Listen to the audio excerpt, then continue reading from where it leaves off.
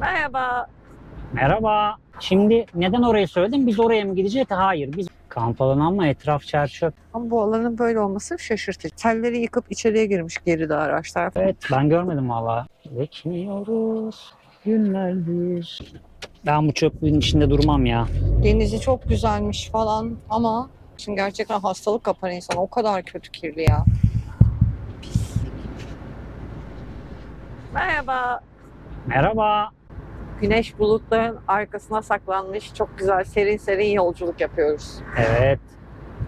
Nereye gidiyoruz? Bizi nereye götürüyorsunuz şoför bey? Saros Körfezi'nde bundan birkaç yıl önce uğradığımız bir yerin az ilerisine doğru devam edeceğiz. Birçok kişinin bildiği ismiyle söyleyeyim.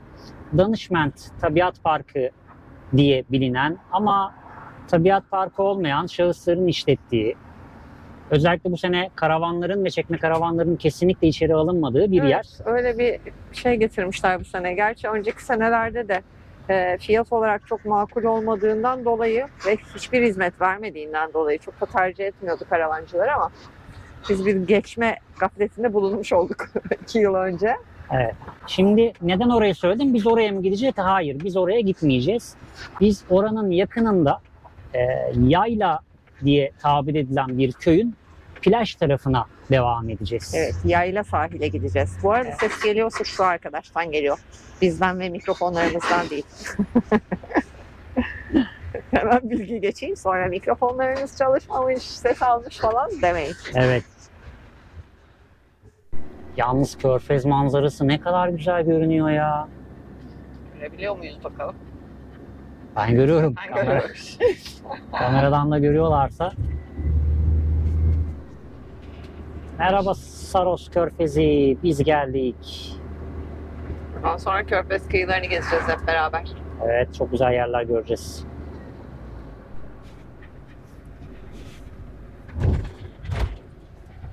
Sağa dönülmez diyor ama sola dönülmez demiyor. Uçu. Duruşa bak ya, hiç kafayı bile çevirmiyor. Kendinden emin. Evet. Oo, deniz kenarına geldik pat diye. Bak ne yapmışlar. Yayla korkulu.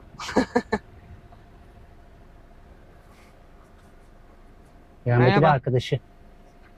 Merhaba. Korsanlar var. Korsanlar.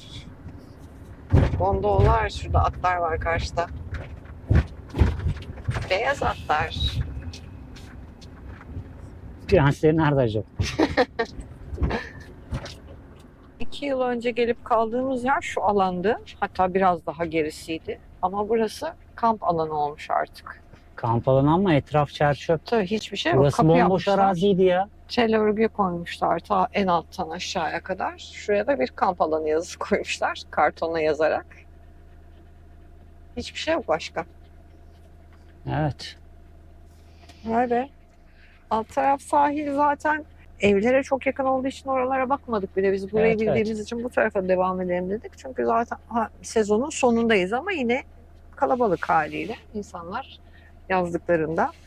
Ama bu alanın böyle olması şaşırtıcı. Şuraya bir şey koymuşlar. Tuvalet barakası. Tuvaletimsi.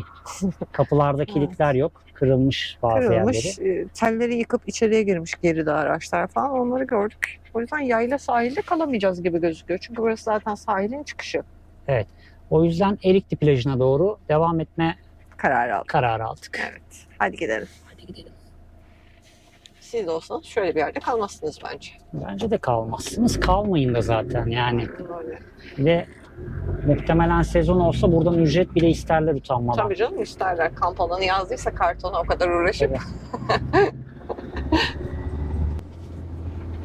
Çok Ve güzel. Erikli'ye geliyoruz. Bayağı kalabalıkmış aşağısı ya. Evet. Yani binalar olarak, yerleşim olarak. Ya çok yerleşim varmış. Sol taraf göl değil mi? Evet, evet. Tuz gölü müydü? Tuzlu Göl diye Tuzlu Göl. yazıyor. Göle doğru yanaştık. Bakalım burada kalabilecek yer bulabilecek miyiz? Bir de daha Kalabalık. önce başka bir derdimiz var. Evet, suyumuz yok. Henüz suyumuzu dolduracak yer bulamadık. Buluruz ya, camiler var aşağıda. Ve cami bulan Tolga hızla sağ tarafa döner. Bakalım Her camide mümkün olmuyor su almak. Bunda mümkün olacak mı? Ya büyük bir cami ama inşallah dışarıya yakın çeşmesi vardır. Erikli Sahil Merkez Camii. İleride bir şadırvanı var ama hem uzak hem çevresi kapalı. Biraz daha içerilere girelim bakalım. Bu tür yerlerden de su doldurmak istemiyoruz. Çevreye rahatsızlık vermemek adına. Evet. Bu arada tuvaletinin girişinde bir amca para kesiyor. Keser. Ücretli cami tuvaletlerinden bir örnek. Cami tuvaletinde ücretli oluşunu hiçbir zaman anlayamadık. Sahil Evleri Caddesi'ne çıktık. Bu evlerin öbür tarafı deniz. Hemen önü plajlar. Oo, Bayağı da kalabalık. kalabalık ya. Sezon bitti aslında ama Burada daha okullar bitmemiş. açıldı. Burada İnsanlar daha sezonu bitmemiş. bitirememişler. Kamu ve özel alana girmek yasaktır diye tabela asmışlar. Otel kapatmış yolu. Sahilden uzaklaşıyoruz yine. Kampingler, oteller, pansiyonlar, kiralık evler. Burası bayağı gözde bir tatil yeriymiş meğerse. Meğerse çok sıkışık. Çok sıkışık sıkışık, demekle evet, yetinmek gerçekten istiyorum sıkışık. sadece.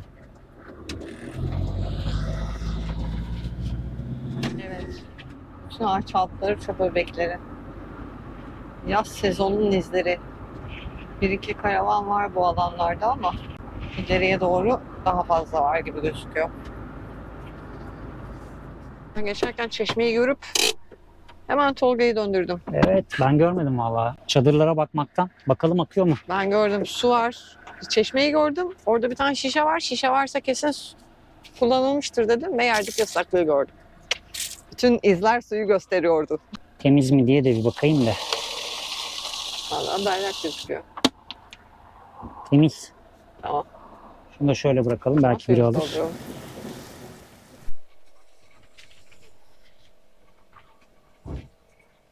Çeşme o kadar az akıyor ki 4 gün sonra. Çeşme biraz az akıyor. Buradan sonra da bir iki noktada bulamama ihtimalimiz olduğu için mecburen en azından bunları doldurmamız lazım. evet, yarım depomuz var zaten. Depoyu doldurmaya gerek yok ekstra da şişeleri de Evet. doldurursak zaten neredeyse bir depoda onlar yapıyor. Evet, evet. Bayağı idare ederiz. Buralar çok kalabalık oluyormuş. Bayramda, hafta sonu, yaz biterken aşırı kalabalık yüzünden hala çöpleri kalmış buralarda. Hemen karavanın arkasında bir tezgah var. Karpuz satıyor amcalar. Onlarla sohbet ettik birazcık. Bizi davet ettiler suyumuzu doldurursa. Su bugün dolarsa inşallah yanlarına gideceğiz.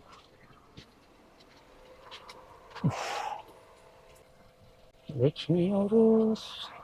Günlerdir bekliyoruz. 2003'te yapılmış burası. Evet. Macir köyünden Vahit Üstüntürk ve Ayşe Üstüntürk'ün hayratıymış. Ye Muhacir köyü neresiyse. Burası şey olmuş, göçebe kent gibi olmuş. Evet ya. Çadır kent. Her yerde Evet. çadır, çadır, çadır, çadır. Kapandı mı? Arka Arka kapımız kapı mı var. kapanmadı? Su doldurdun ya en son. Kapattım ama. Hadi bak bakalım. Ben de bayağı çektim. Benimki değildir. Evet, kapılar kapandıysa next. Max'e müsaade ederse gideceğim. Amcalar sohbete bir tuttu. Bir saat oyalandık mı? Yarım saat, bir saat. Zaten suyumuzu dolduramadık. Evet, çeşme müsaade etmedi. O kadar az doldurmamıza. akıyordu ki çeşme. Bir iki tane doldurduk sadece bidon yanımıza. En işten susuz kalmayalım diye. Şimdi konaklayacak yer bakacağız bakalım. Evet. Bu arada yerler buralar. Yerler buralar değil mi? Evet. Şurada da bir çeşme varmış. Ama o da sanırım şey çünkü bayağı bekleme modundalar. Buralar dediğimiz yerler buralar. Çok çöp ya. Maalesef gerçekten her yer çok. Yani kameradan ne kadar gösterebiliyorum bilmiyorum ama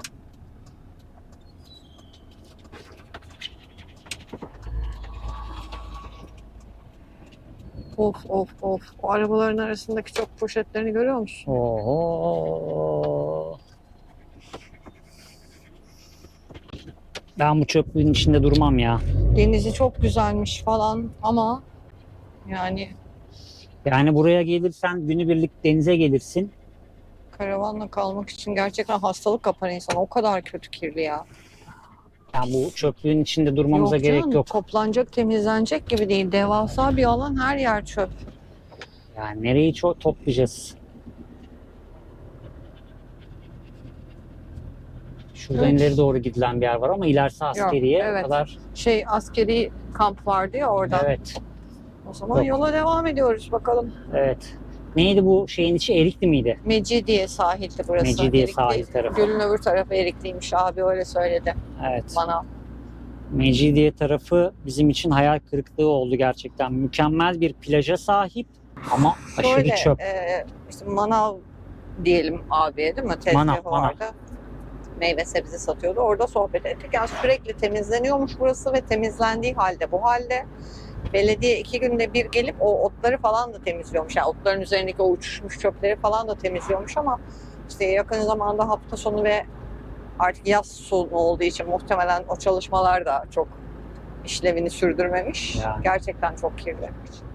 Ya bu Türkiye'nin hani şunu diyebilirsiniz, ya yeter artık, siz de ne kadar nani mollasınız, işte 2 tane çöp gördünüz şey yapıyorsunuz. 2 tane çöplük bir olay değil orası. Keşke 2 tane Hani biz olsa da temizlesek zaten. Kameraya yansıtmamak için size kalkıp da göstermiyoruz, orada mideleriniz kalkmasın diye göstermiyoruz ama bu Türkiye'nin çok ciddi bir problemi arkadaşlar. Evet. Yani Mesela lafını bölüyorum, unutma. Karadeniz sahillerinde de aynı şeyden bahsettik. Karadeniz'i kötülüyorsunuz gibi düşünenler var. Yeni takip etmeye başlayanlar. Ama o bölgedeyken gördüğümüz şeyleri aktarıyoruz ki burada olduğu gibi maalesef. Görmesek keşke, söylemesek biz de size bunları. Dediğim gibi yani az olsa biz zaten topluyoruz. Bizi takip eden arkadaşlarımız biliyorlardır. Bizi tanıyan insanlar biliyorlardır. İlk işimiz her zaman çöp toplamak. Ama yani başa çıkılacak gibi değil. Mümkün değil yani buraları toplamak. ya hem Buraya koca bir belediye ordusu girmesi lazım yani o sahili baştan sona toplamak tabii 100 için. kişilik bir ekip girsin anca toparlar Belki onu. de yani. Onu O bir bile kenarıya yetmeyebilir. geçtim. Şimdi burasında şey yapmıyorum, konuşmuyorum. Yakında hani birçok kez denk gelmiştir karşınıza. Pakistan'da çöplerin içinde denize giriyor insanlar. Pakistan, Hindistan. Hindistan taraflarında. Hani yakında Türkiye öyle olacak. Ve Bak, az bunu o önce kadar gördük. normalleştirdiniz ki artık. Aynen. Kimse çöpünü toplamıyor. Az önce gördük. Virajı kaçırdım. Oraya mı girecektin? Hmm. Orada bir çeşme var sanırım. Ama o Yok, da ip akmıyor. gibi. Su doldurduğumuz, yani su doldurmak için beklediğimiz yerin hemen yanında, kameraya yansıttık mı o tarafı bilmiyorum, çocuk parkı var. Ve genç bir kadın çocuğunu oyun oynamaya getirdi oraya. Ve o çocuk çöplerin içinde gayet keyifle oynadı. Şimdi bu çocuğun çöplerden rahatsız olması gibi bir durum söz konusu olamaz. Çünkü o orayı öyle görüyor. Oranın içinde o şekilde oynayabileceğini gösteriyor ailede. Çünkü ona normal o. Yani çöp Evet. var burada. Bu normal demek ki diyor. Aynen öyle. Sonra bu çocuğun etrafa çöp atmamasını beklemek mucize olur aslına bakarsanız. İşte alışıldıkça daha da kötüye gidiyor bu durum. Maalesef çözüm üretilmeli. Yine bir toprak yola girdik. Hadi bakalım. Evet, hadi sonumuz hayırlısı. Burası ayçiçeği tarlası, tamam mı? Ama bunlar kurumuşlar artık. Olmuşlar yani aslında. Ama siz bunlarda sarı yapraklar varmış gibi düşünün. Böyle sarı sarı ayçiçekleri olduğunu düşünün burada. Bozuk ama manzaramız nasıl güzel. Evet. Bak, insanlar kalmayınca nasıl temiz buralar, görüyor musun? Mesela şurası hemen sahil olsaydı burası da leş gibi olacaktı. Yani.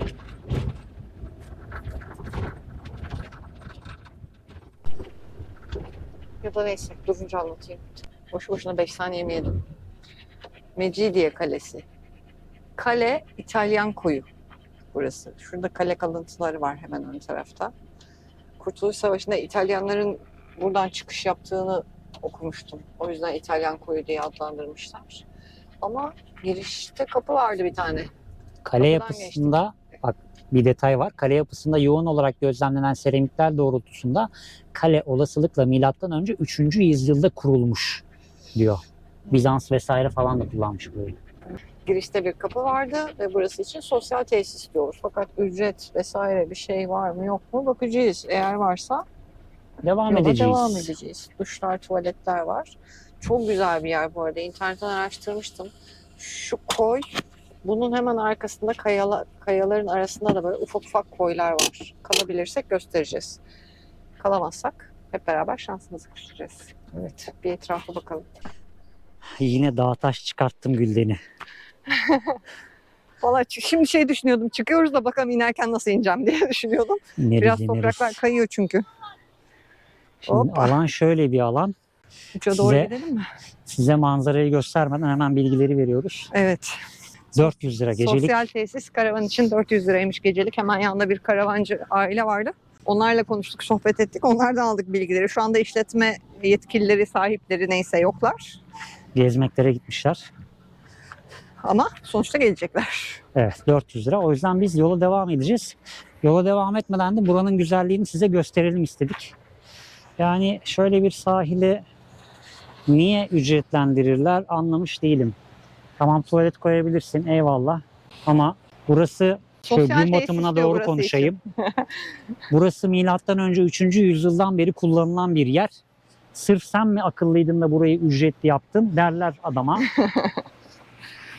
Ama demek ki kimse dememiş ki burayı böyle sosyal tesis adı altında ücretlendirmişler. Evet, bir şey de yok yani. Bir tane gişe var sadece. Tuvalet ve duşlar var, o kadar.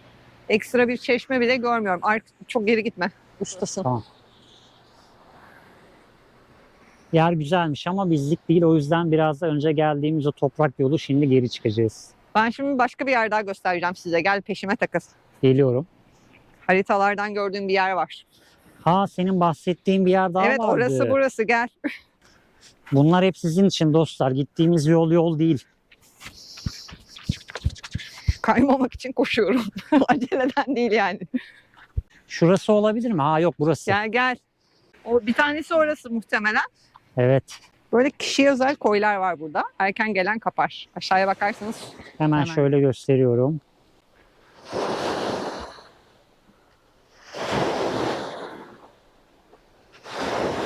Şöyle güzel kişiye özel yer. Bir tane de şu tarafta gördüm. Onu da göstereyim size. o tarafta da mı var? Evet. Bu arkada da var sanırım. Oraya yürüyenler vardı. Tamam. Şimdi güneş batmadan da hareket edeceğiz. Çünkü konaklayacak yer bulmamız lazım.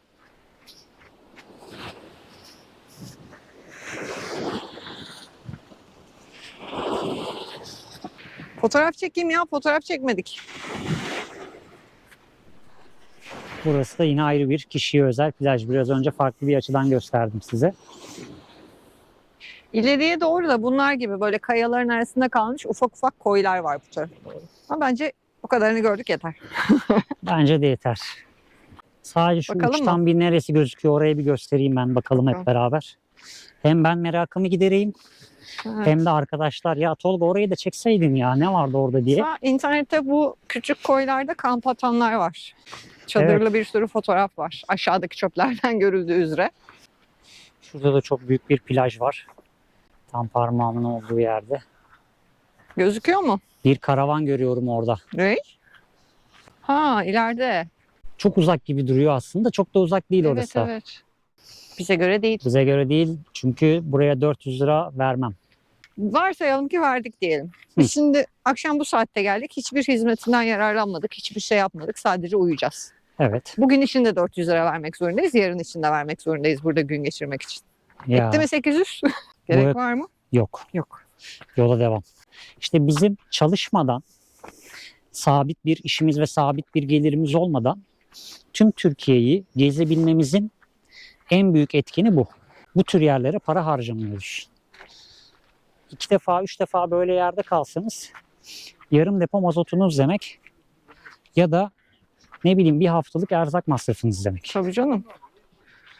Şuraya bir minibüs koymuşlar. Muhtemelen orada kesiyorlar zaten bileti. Öyle bir alan.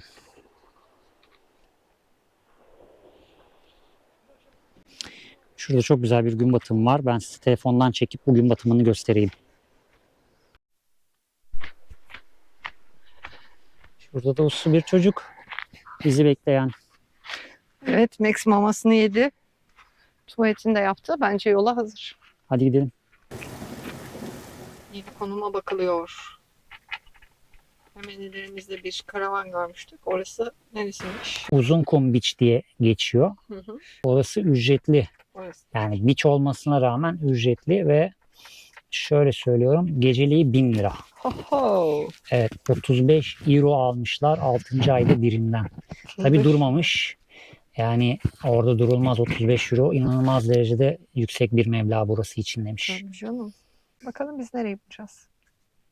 Şimdi aynı bozuk yollardan geri dönüyoruz. Evet. Fakat mikrofonlarımızın şarjı bugünkü yolculuklara dayanamadı. Bizim de seçtiğimiz konum şu anda 50 dakikalık falan bir yol gösteriyor. Mikrofonları şarjı takmaya gidiyorum ben. Evet. Bulduğumuz yerden artık haber veririz size. Bakalım nereye gideceğiz. Kaybolursak bizi merak etmeyin, geleceğiz.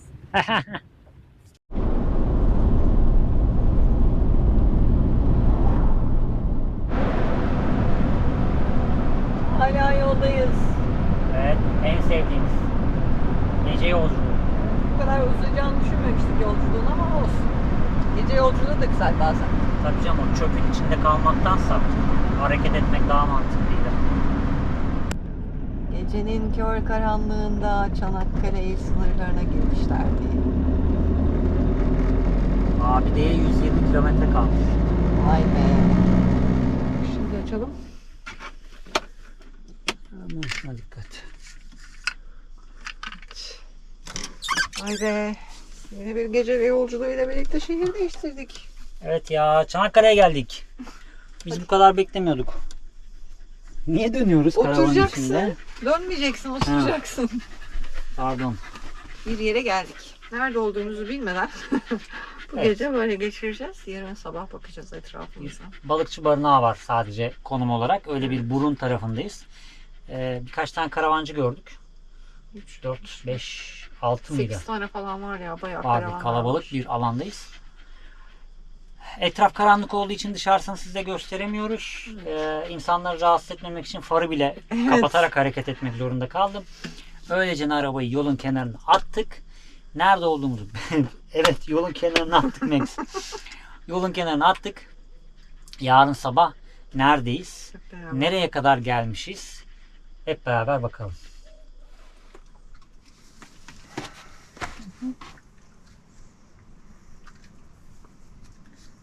Yattığı yerden yemek yiyor ya. Bu kadar üşengeçlik. Vallahi billahi. Hepinize güzel güneşli bir günden, Saros Körfezi'nden günaydın diyelim biz. Aslında tünaydın. Öyle mi oldu? Evet. Gel kuzum. Gel. Gel. Max de size merhaba diyor. Şuralarda sıkışarak. Tam invertör var orada, bir şey yok. Güzel, serin bir yer. Dün gece geldiğimiz yeri hiç görmemiştik. Sadece nasıl bir yer olduğunu haritadan biliyorduk. Bir sürü karavan vardı. Sabah karavanların yarısı gitti. Evet. Çünkü burası çok da kalınacak bir yer değil. Yani kalınacak derken gece kaldık tabii ki. Çok rahat, çok güvenli, çok sessiz, sakin kaldık ama hani vakit geçirecek yer değil diyeyim. Kalınca düzelteyim. Şöyle çok sığ ve otluk bir denize sahip, kıyıya sahip daha doğrusu Evet, delta gibi. gibi. Evet. Zaten hemen az ilerimizde kuş gözlem yerleri falan var. Ve şimdi birazdan drone görüntülerini de izleyeceksiniz. Hazırlığını yaptım, ben çekeceğim birazdan. Çok fazla sazlık var. Akşam çok fazla sinek vardı. Evet. İnanılmaz derecede sinek vardı. Ve bir koku var. Evet. Size o kokuyu buradan tarif edemem. Yani dün akşam geç geldiğimiz için zaten yorgunduk da o kadar yer dolaştıktan sonra. Çok önemsemedik ki zaten dışarıda vakit geçirmedik ama gerçekten vardı koku. Evet, evet, yani şimdi camları tamamen kapatamıyorsunuz da hava almak zorundasınız. Tabii. O yüzden koku bir tık rahatsız etti bizi. Bugün de dedik burayı size bir gösterelim. Bir kahve keyfi yapalım. Aynen, sonra kaçacağız. Ondan sonra kaçacağız başka yerlere doğru. Evet. Ya aslında bizim amacımız Aziler'deki ne tabiat parkıydı? Geçtiğimiz. Gökçetepe. Gökçetepe Tabiat Parkı'na da orada ilerleyecektik ama biz Erikli'nin sahilinden sonraki o sahil Mecidiye. Mecidiye. Adı aklıma gelmedi Aha, köyün. Mecidiye. Mecidiye köyünün oradaki sahilde konaklarız diye yaptık Evet, bütün en planı. kötü ihtimalle orada konaklarız diye yola Evet. çıktık aslında. Hatta oraya gitmek bile değildi ilk planımız. Yayla sahilde konaklamaktı. Evet. O yüzden de öğlen sıcağına kalmayalım diye öğleden sonra yola çıktık. Aynen. Belki hani gündüz erken çıksaydık ona göre oraları da dolaşabilirdik ama yollar gerçekten çok kötü.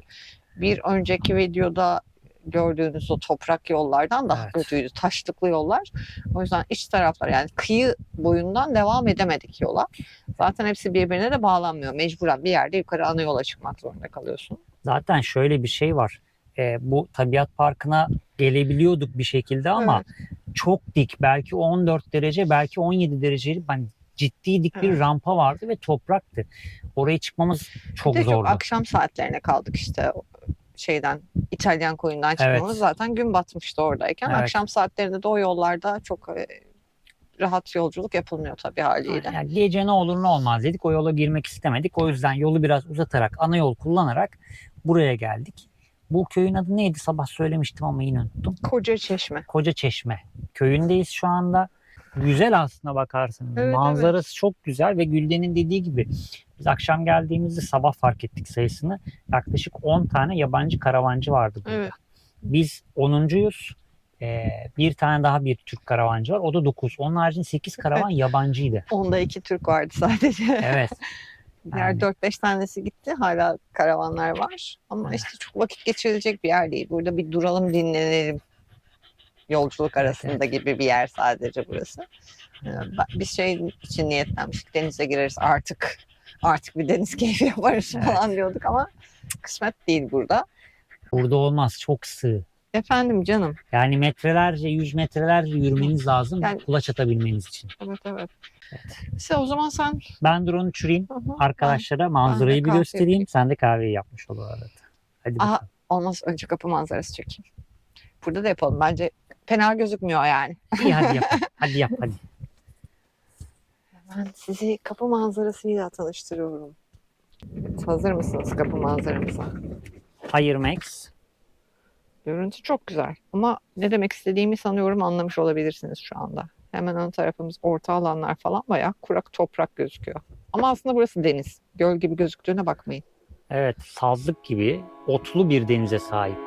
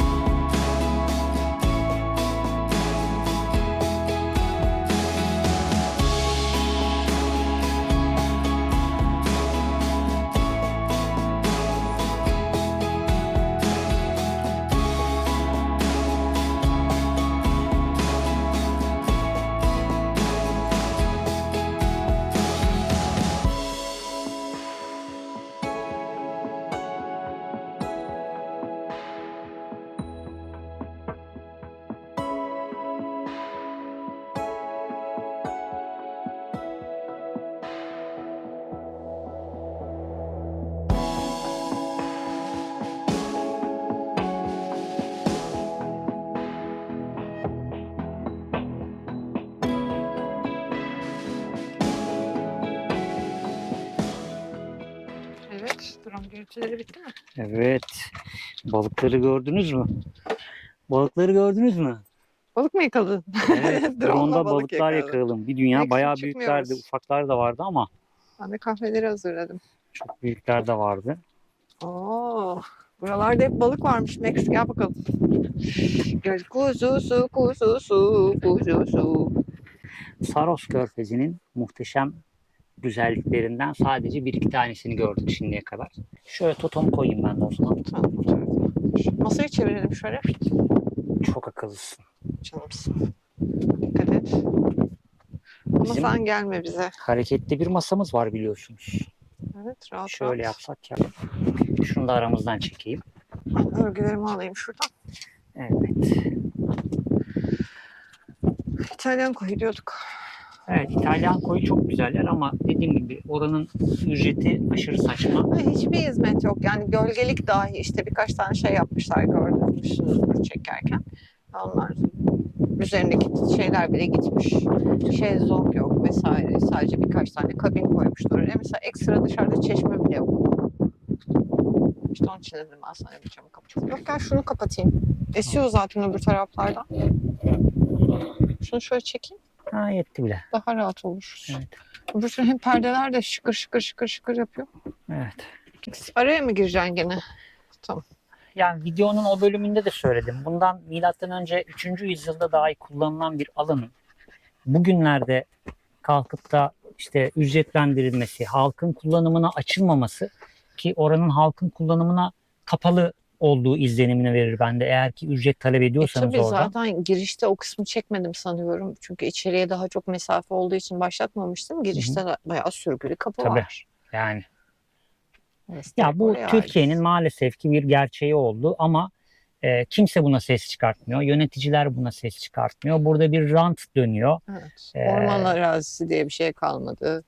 Hani- Sahil, halkın kullanımına açık bir yer kalmadı. Biliyorsunuz Kesinlikle. hepiniz zaten. Yani standart halkın, orta direk dediğimiz halkın kullanımına dair hiçbir yer bırakmamak üzerine and içilmiş bir sistem var.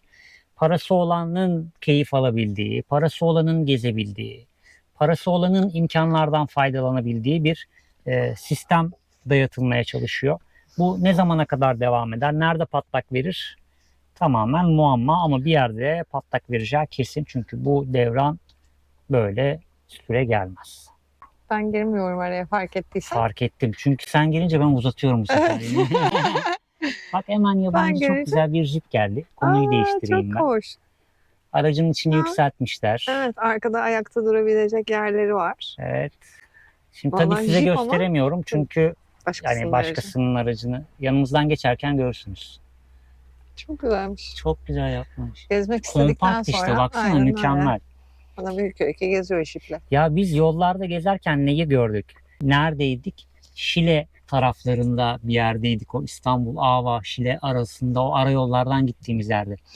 Ne olduğunu hatırlayamadığım için. Twingo tarzı bir minik bir araba aracın üstüne çadır koymuş. Hı, Ona göre organize etmiş. Ufak ufak box'lar koymuş. evet. Kum paleti vardı. Evet, evet. Ondan sonra ama araç Minicik 4x4. araba. O Ama an küçücük, minicik. Evet.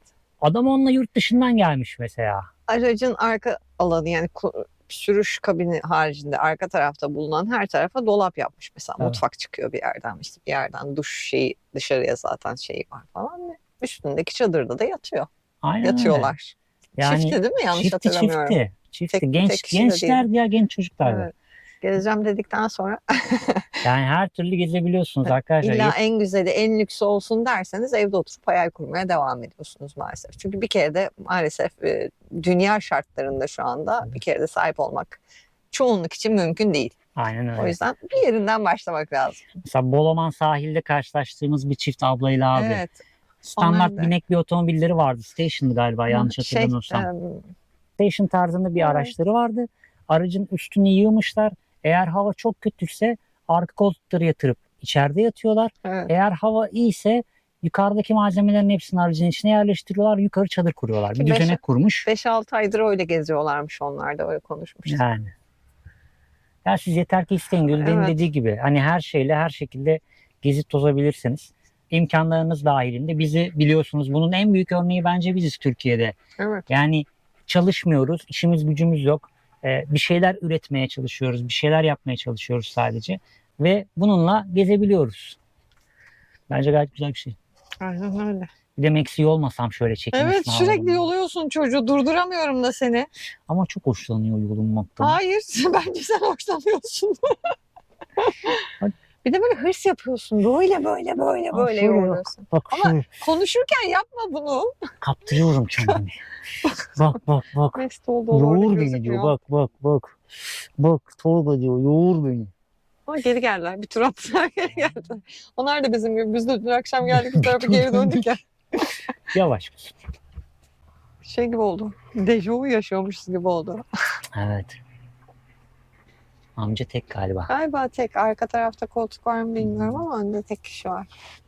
Şimdi birçok takipçimiz, bizi takip eden sevgili dostumuz şunu söylüyor. Biz size beğen tuşuna basmayı hatırlatmadığımız, ondan sonra süper teşekkürlerden, katıl butonundan bahsetmediğimiz için asıl suçlunun biz olduğumuzu söylüyor. Evet. Biz de buna hak verdik. Evet, asıl suçlu biziz. Kaçak yolculuk esprisini arada kullanıyoruz ama çoğu zaman yolculuk telaşından onu bile unutuyoruz bazı Evet. videolarda.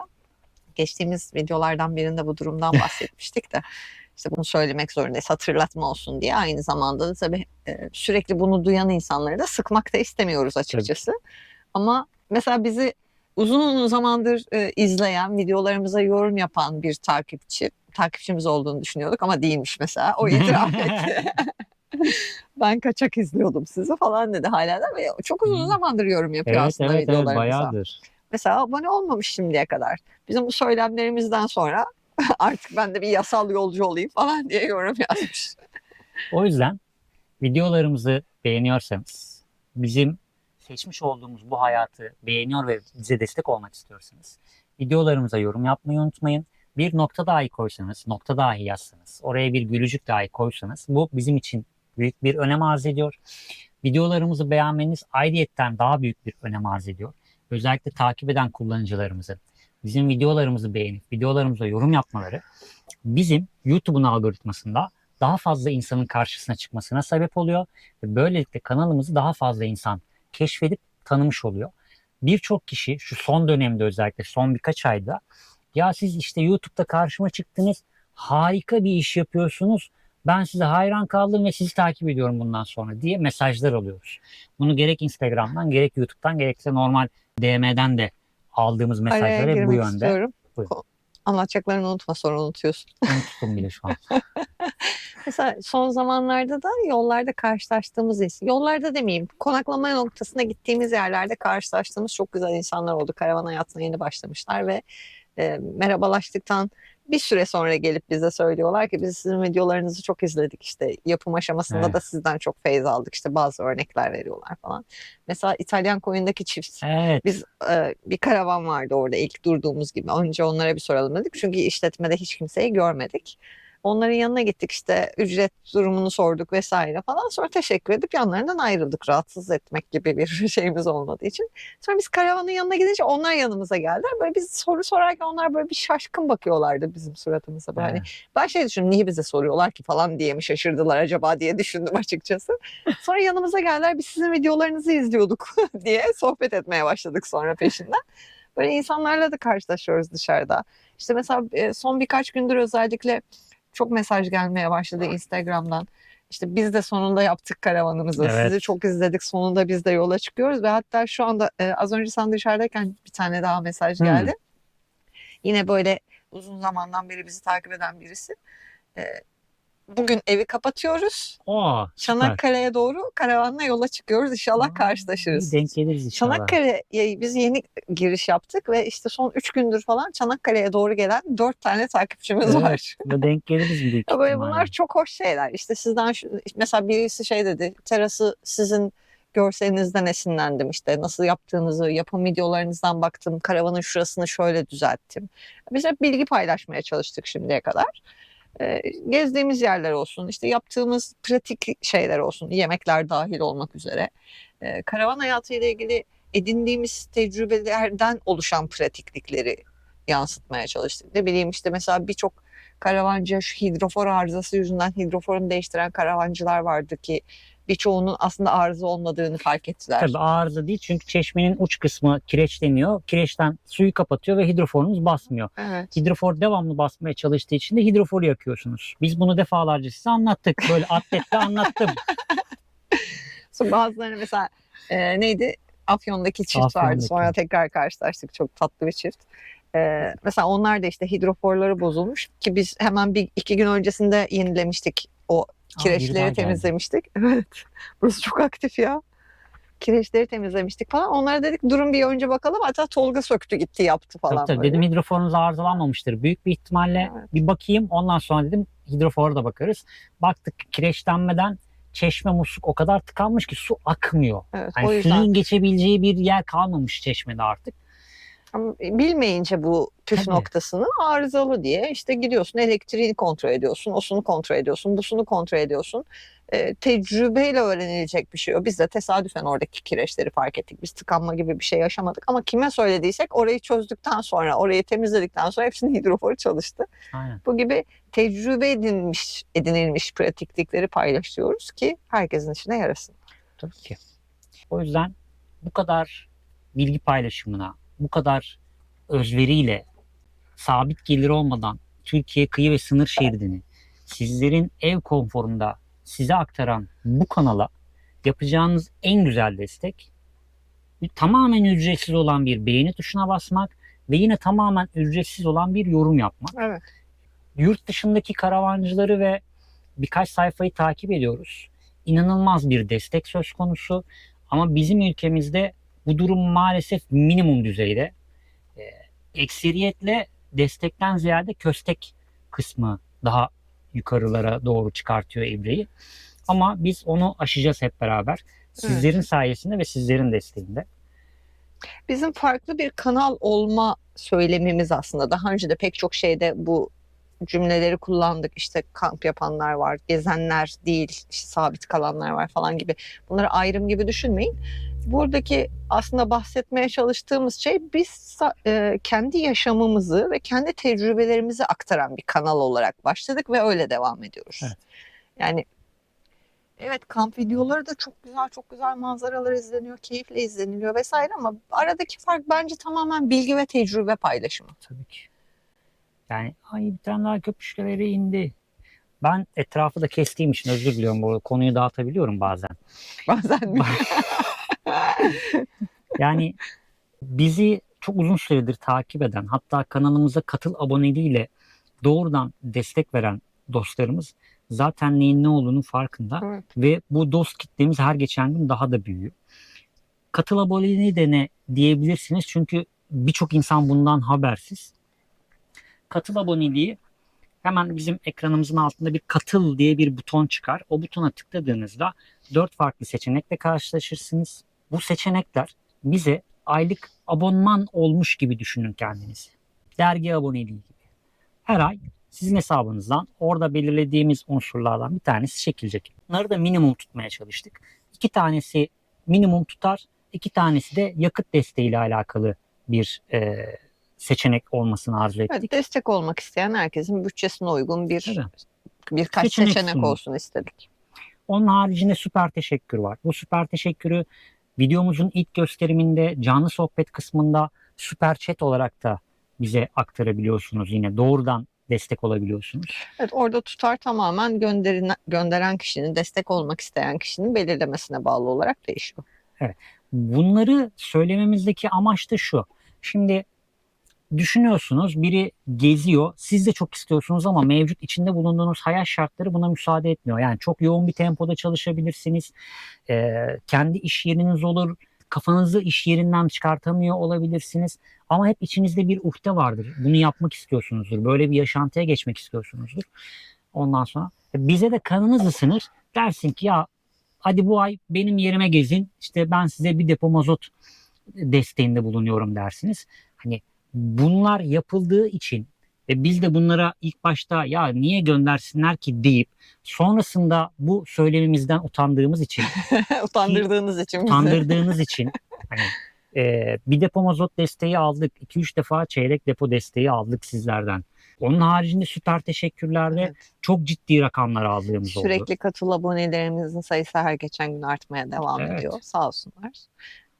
Şimdi bunlardan sonra bizim size bunları açıklamamamız, ne için yapıyorsunuz bunu söylemememiz bizim ayıbımız olacağını düşündüğüm için bunları size anlatıyoruz biz. Doğru bir cümle kurduğumu düşünüyorum. Değil mi? Yanlış bir şey Evet. söylemedim. Yanlış bir şey söylemeyelim. Ondan sonra yani o yüzden de mevcut yorum ve beğeni desteklerinizin haricinde kanalımıza ve bize doğrudan destek olduğunuz için de ayrıca teşekkür ederiz size. Hatta şimdi gözüm Max'e ilişince sadece bize ve kanalımıza değil, Max'e bile desteğiniz var. Çünkü bir iki kullanıcı yaptıkları süper teşekkürle ben bu süper teşekkürü Max için yaptım. Lütfen Max'e bu tutarda mama alın. Evet, ödül maması Ödül alın ya maması da mama alın. alın gibi. Kemik alın. Evet. Hatta bir tanesi Aynen de. öyle. Hani- Max'e bir de ayrıca geliyor böyle. Tabii. Harçlık gönderdiler Max'e yani kısacası aslında.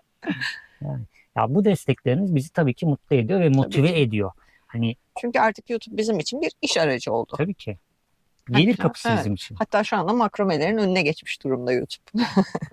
Evet. Geçen Maşallah sene tam deyin. tersiydi. Makromelerden daha fazla gelir sağlıyorduk. YouTube ufak ufak başlamıştı. Ama bu sene YouTube- makromelerin önüne geçti. Evet, Doğru YouTube diyorsun. hızlandı. Güzel şeyler. Yani emek harcıyoruz.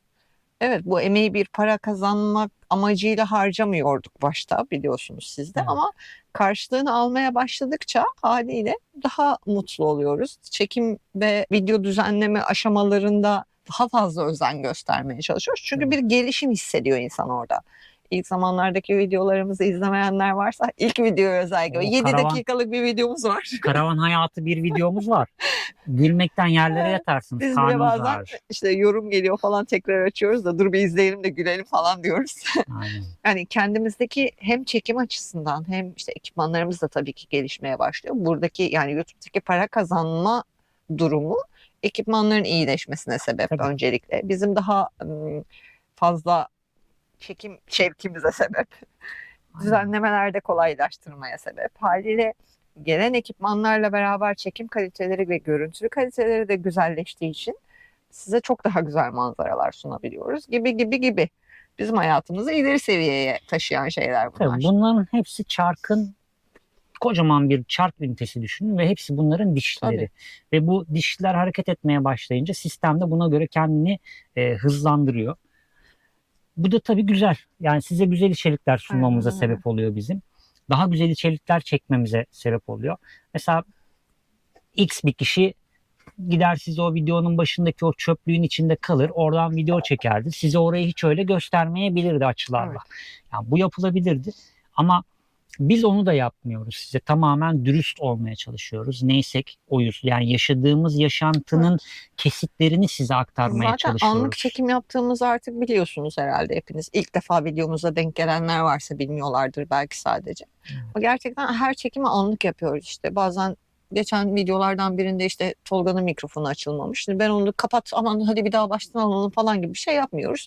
O arada Evet. fark ediyorsak söylüyoruz. Mikrofon kapalı kalmış. Açıyoruz. Tabii fark etmiyorsak da o videoyu kullanamıyorum. Eğer ses tamamen Ses yoksa. tamamen yoksa, seninki de İkimizin birden kapalıysa. sesi yoksa kullanamıyoruz gibi. Bir daha çekim yapmak gibi bir şey yok yani. O anda çektik ve bitti. Çünkü yola devam ediyoruz biz o arada ya da o çekimin devamı gelmiş oluyor. Evet. Bir daha oraya çekmek gibi bir durum söz Yani konusu değil. kurgu yapmıyoruz. Kurgu yapamıyoruz. Yapmak istesek belki yaparız ama kurgu O ayrı bir şeye dediğimiz giriyor zaman işte. biz size karavan hayatını aktarmıyoruz. Evet. Orada bir mizansen oluşturmuşuz ve biz o mizanseni size aktarmış oluyoruz. O da Evet. bir gerçekçilik payı olmayan sahte bir görsel olmuş oluyor. Ha, şey olabilir ne Bunu- bileyim atıyorum çok güzel bir manzaraya gideriz. Mesela işte Karacaören Barajı'nda yapmıştık ya o sessiz bir çekim yapmaya çalışmıştık daha doğrusu yapmıştık değil. Sadece o manzaranın güzelliğini yaşatmak için genelde belki çekim falan şey yapılabilir. Sadece oraya özel o kamp videolarındaki gibi. Ama bizim rutin paylaşım durumumuz ki hele Türkiye kıyı ve sınır şeridini gezerken amacımız zaten gezmek ve gezdiğimiz yerlerle ilgili bilgiler aktarmak size, oraları göstermek. Şimdi böyle yerlerde de kalkıp da atıyorum neresi olduğu belli olmayan bir yerde kamp yapıp o videoyu çekmek şu andaki durumumuza çok uygun değil. Ya bir de zaten yeteri kadar var o videolardan. tabii Yani canım. yeteri kadar kanal var. Yeteri kadar kopya kanal var. Yeteri kadar kopyanın kopyası kanal var. Biz olmaktan memnunuz. Umarım siz de biz Kesinlikle. olduğumuz için memnunsunuzdur ve hep beraber büyümeye devam ederiz. Nice yüz binler, belki milyonlar. Nasıl inanmadan söyledin? Ya inanmadan değil Evet, de ya öyle ben bir hedefim, yani hedefimiz yok milyon çünkü. hedefimiz yok. Evet. Bunu geçen gün kendi aramızda Evet. da konuştuk. Ya şeyi düşündük. Ya benim milyon takipçim olsa olmasın dedim.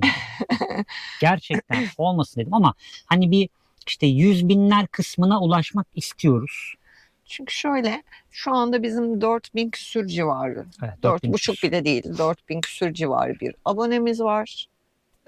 Ve o kadar güzel destekleri var ki bu az sayıdaki, yani diğer büyük kanallara kıyaslayarak söylersek, az sayıdaki bu abonelerin o kadar güzel destekleri var ki şu andaki kazancımız bile bizi mutlu ediyor. Evet. O yüzden böyle çok daha kazanalım, çok daha büyüyelim bir şey yok. Atıyorum işte 100 bin değil de ya para 1 milyon, 2 milyon, 3 milyon, 5 milyon neyse, yani en üstü Hı-hı. ne oluyorsa, mesela en alt değil de en üstü de olsa biz yine aynı şekilde aynı hayatı yaşamaya devam edeceğiz. Evet. Şu olabilir, belki 4x4 bir kamyonumuz olabilir, o ayrı. O olur. Ama aynı şey, yani işte hani boşu boşuna gidip İtalyan koyuna 400 lirayı yine vermeyiz. Bu imkansızlık yüzünden değil yani şu anda oraya Tabii girmemizde. tabii. O kadar para kazanıyor olsak da, yani o en üst seviyeden Yok ya, bahsediyorum. yine verme. Yine aynı şeyi yaparız. Biz yine o kadar çok konuştuk ki artık kamera dayanamadı. Dedi ki çok sıcakladım. Rahat Ben dedi kapanıyorum artık dedi. Kamera kendini kapattı. Biz o Evet. kadar konuşmuşuz. Halbuki veda ediyorduk tam da. O yüzden bir sonraki videoda görüşmek üzere diyelim. Değerli vaktinizi ayırıp bizleri izlediğiniz ve yorumlarınızla ve beğenilerinizle bizlere destek olduğunuz için çok teşekkür ederiz. Bir sonraki videoda görüşürüz. Kendinize iyi bakın. Hoşça kalın. Hoşça kalın.